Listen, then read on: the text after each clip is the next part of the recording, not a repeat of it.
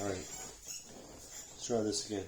Alright, this is my, as you see, atlona. I used it for, this is my first upscaler that I used for the Dreamcast. So it allows basically to take the VGA signal, and it allows you to upscale it from VGA and bring it to an HDMI TV, and you can take the 480i or 480p and upscale it between 720 to up to 1080p, and it really looks good, and it still allows you to put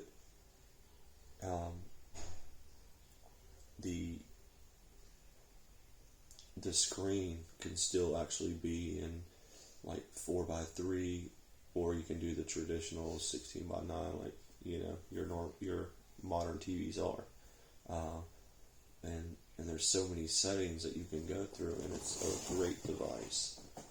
It's really overlooked, and a lot of people, they don't know about it. And back when this came out, which it's no longer available at all. It's discontinued, been discontinued for like 6-7 years, and it's a great product, and it was a lot of money back in the day. You can now pick one up. I bought this one brand new. I bought it like off eBay probably about 3 years ago, brand new for $100.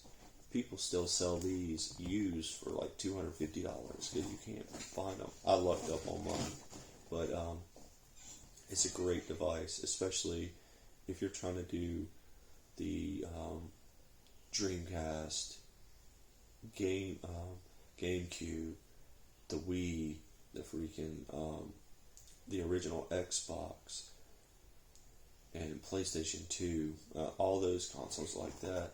It works really, really good. So I'm going to show you a couple things about it. This is the instruction manual that they give you, and this is basically your contact support. Here's the bags, but for some of the other stuff that's inside there. One was for the manual, the other one's for so this is the device. It's pretty small for what it is. And as you can see, it's the atlona. And on the back, you can see you have your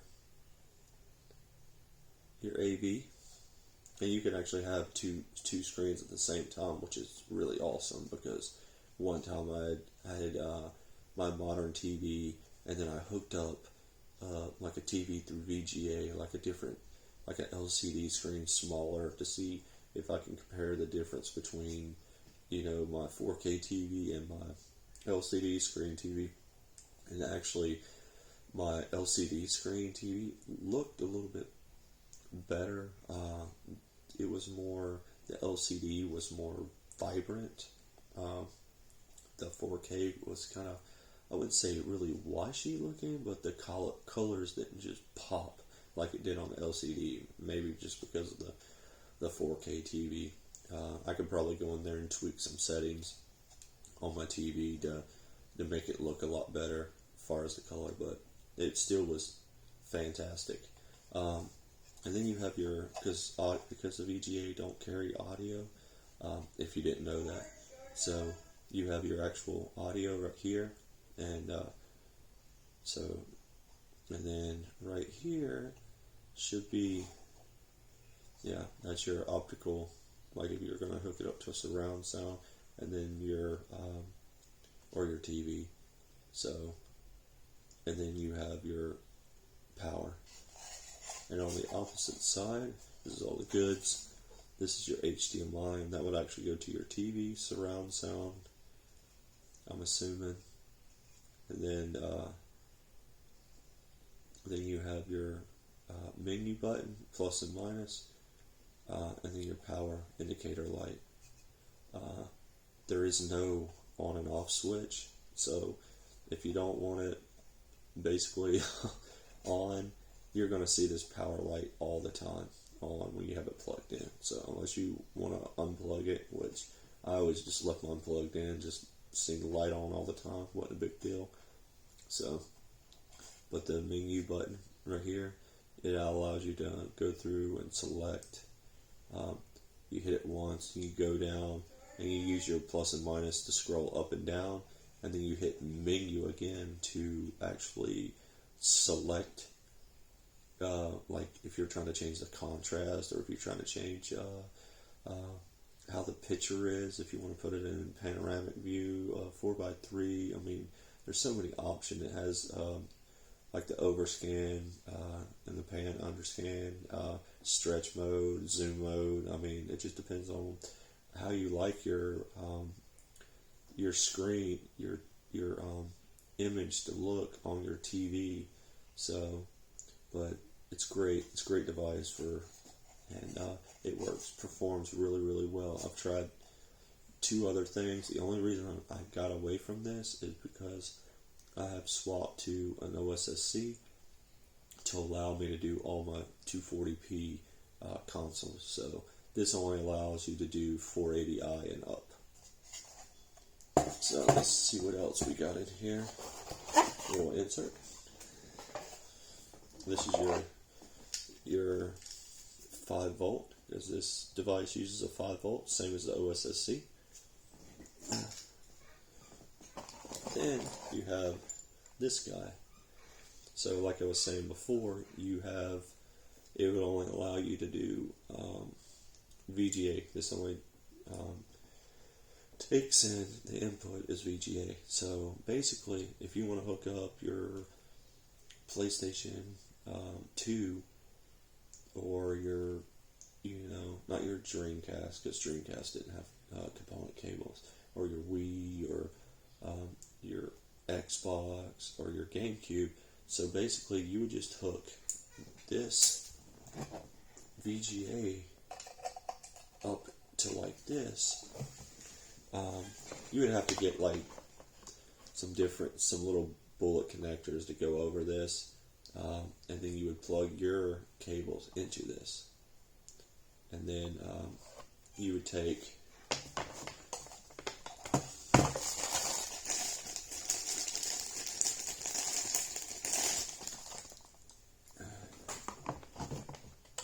and plug your audio into here,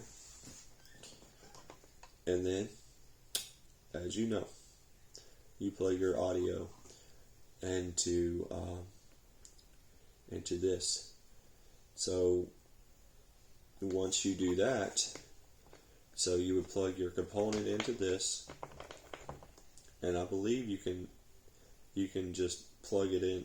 I think it'll do composite, but you'll just have to plug it into the green, your yellow into the green, and then you plug your left and the right audio into this, and then when you hook it up and you have HDMI, the HDMI actually send it to your TV, so you'll actually have sound from your consoles. If you decide not to use this on your game, you're only going to get video, no audio. So you got to make sure you plug this in and plug it into the audio, because like I said, you'll just have video, no audio. But it's a great device. Like I said, I used this thing for like probably 2 years.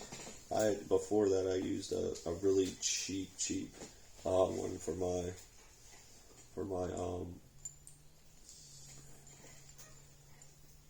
my Dreamcast. And see, ultimately I wanted to use something for my Dreamcast. This was what it was meant just for my Dreamcast. And then I got away from my Dreamcast, and I tried it on some of the other consoles that I had, and man, I'll tell you what, it worked fantastic. The video is great.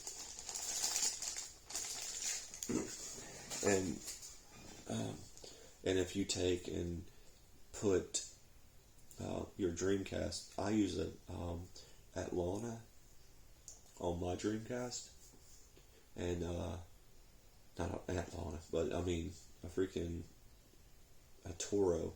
And I use a Toro. It's like a VGA box made by Bahar Brothers, and I used that on my Dreamcast. And then you take the VGA and stuff because it allows for scan lines, and you can even do force boot for some games that I'm only playing on the Dreamcast. You had 480i and 480p. Well, some of the games, if you just use a regular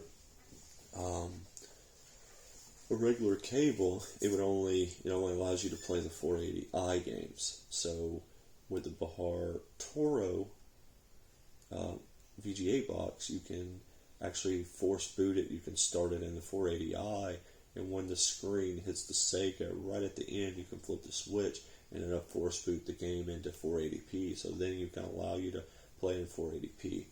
So that's the only downside with Dreamcast, is that you can only play 480i games through VGA. You can't play 480i through 480p through the Dreamcast, unless you use like a Toro, or unless you use 100% guarantee, you can use a Toro box and SCART. Then you can play every game, and you don't even have to worry about switching it from 480i to 480p, because it's going to play it regardless. So that's why I went with SCART setup on mine. But it is a great device, and I believe it's a lot of people just don't use this device because of it used to be so expensive, and a lot of people don't even think that they should even compare it to the FrameMeister, the OSSC. But I'll tell you right now, it is very comparable, especially to the FrameMeister. But anyways, and that's all I got. Give me a like.